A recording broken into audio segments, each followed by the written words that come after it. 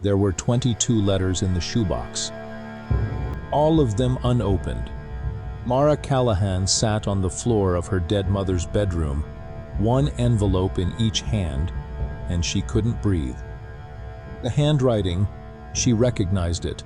She didn't know how. She had never seen it before in her life. But something in her chest did. The oldest postmark read, October 14th, 1998. The newest, March 3, 2019. 4 days before her mother's funeral. She turned the last envelope over. A phone number, written by hand. She didn't know if the man who wrote it was still alive. Robert Callahan was 41 years old when he pulled out of the driveway on Sycamore Lane in Davenport, Iowa. His daughter was 3. She was standing at the window in yellow pajamas, watching the truck move down the street. He could see her in the rearview mirror. He watched until the road curved and she disappeared. The divorce from Carol had been the ugliest 2 years of his life. Lawyers, depositions, a family court judge who looked exhausted before Robert even opened his mouth. He got visitation rights, summers, 2 weeks per year.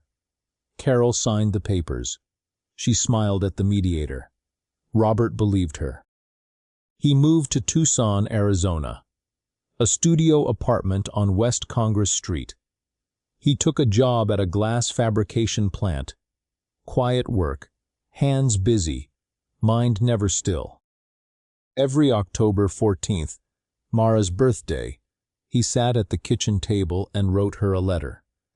He told her about the desert, the heat rolling off the asphalt in waves, the roadrunners that crossed his yard at dawn.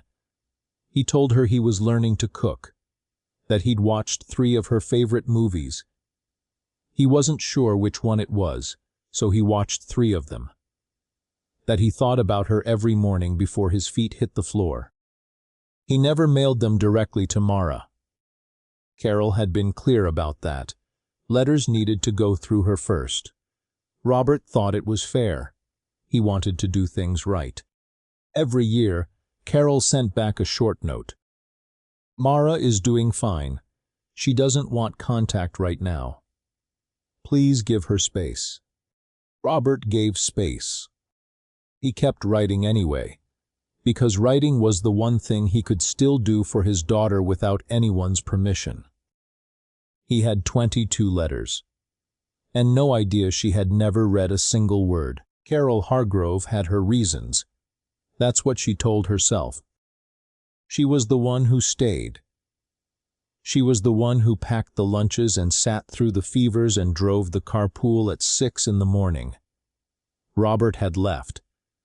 Maybe not the way she described it to Mara, but he had chosen to go. And every October, when the envelope arrived at the mailbox on Sycamore Lane, Carol did the same thing. She peeled off the stamp, carefully, so it wouldn't tear, set it aside, and slid the letter into the shoebox under the bed without breaking the seal. She told herself she was protecting her daughter. Mara was too young to understand, then too fragile, then too much time had passed. Opening those letters now would only cause damage. There was always a reason. A new season brought a new excuse. She told Mara that Robert had moved on, that he had a new life in Arizona, that he'd called once, early on, and hadn't even asked about her, that he had decided, in his own quiet way, it was easier not to look back. Mara grew up believing her father chose distance over her. She stopped asking about him by the time she was 10.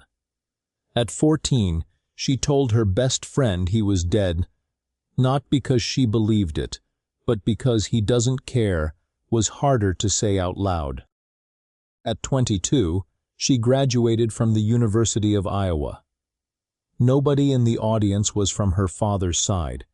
She told herself it didn't matter. She was 31 when Carol collapsed in the kitchen on a Tuesday morning in March 2019. A neighbor found her. Mara drove 4 hours from Des Moines. She arrived at the hospital 2 hours too late. She held her mother's hand in the quiet room for a long time. Then she went back to the house to begin clearing it out.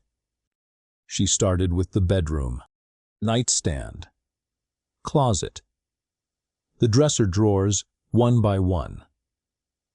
She moved mechanically.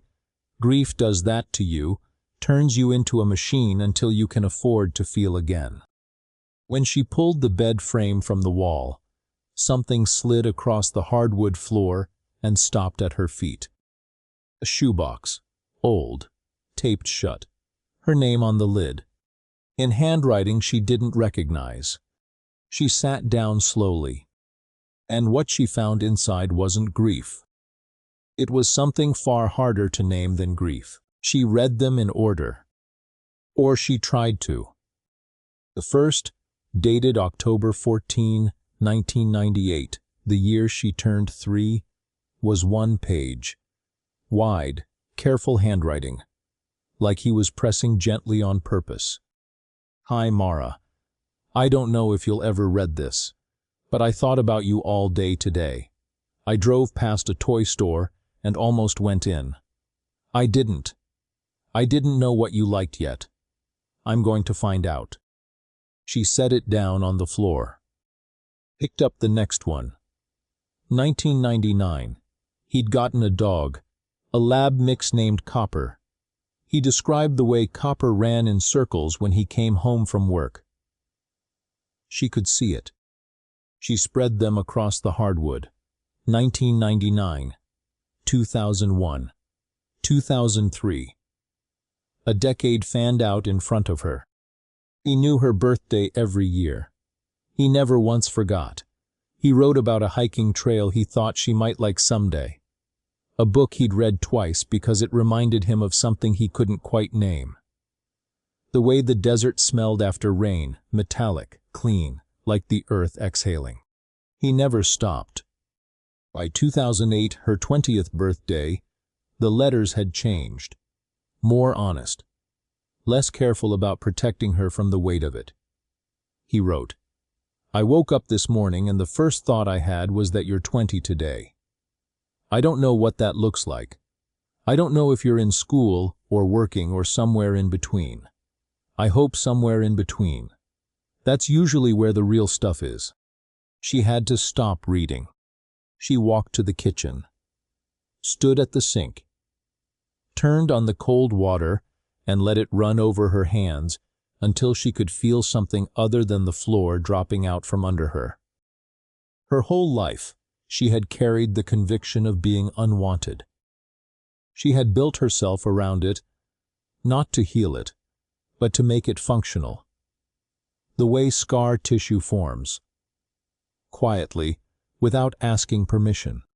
Her mother had watched her do that for 30 years.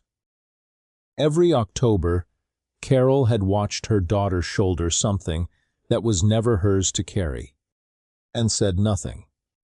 Mara went back to the bedroom floor and found the last letter. Postmarked March 3, 2019. Carol had died on March 7. She held it for a long time without opening it. Because the weight of it, even through the paper, felt like a door she couldn't walk back through once it was open. She opened it at the kitchen table. 1 page. The handwriting was different now, slower, looser at the joints, but deliberate. Every word chosen twice. Mara, I don't know if these letters ever reached you. I've suspected for a long time that they didn't. But I kept writing anyway, because stopping felt like conceding something I wasn't ready to concede. I'm sick. Nothing dramatic, a heart condition. The doctors say I have some time left. I don't know how much. I'm not writing this to make you feel obligated. I'm writing it because I made myself a promise a long time ago. I would keep showing up, even with no proof it mattered. Even when every signal said quit. You are the most important thing I have ever done with my life. Not raising you. I didn't get to do that. Just the fact of you. The fact that you exist, that I had 3 years with you before everything fell apart. I don't need you to forgive anyone. I don't need a phone call. But if you ever want to know who your father is, I'm still here. My number is on the back of this envelope. Dodd. She read it 3 times. Then she turned the envelope over. 7 digits. A Tucson area code. Written in that same careful, slowing hand. She sat at the table for 40 minutes without moving. She thought about the girl in the yellow pajamas watching the truck pull away. She thought about every hollow birthday. Every year she had told herself the silence was proof of something. There was no fury left for Carol, not yet. Maybe in time. Right now there was only the phone in her hand. She dialed slowly. It rang twice. A man's voice, old, a little rough around the edges, careful. Hello? She opened her mouth. Nothing came out.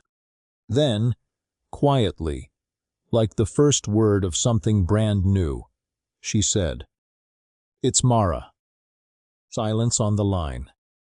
Then a sound she would carry for the rest of her life. Not words, not even a sentence. Just a man, finally, after 20 years, breathing again. Some stories don't end with justice. They end with a phone call, a voice. A pause on the line that finally means something other than abandonment. Robert and Mara spoke for 3 hours that evening. He died 14 months later. She was in the room. She was holding his hand. If this story stayed with you, come back. What we cover next will sit with you for a long time. Subscribe. And don't go far. Because the stories people bury are almost always the ones that deserve to be heard.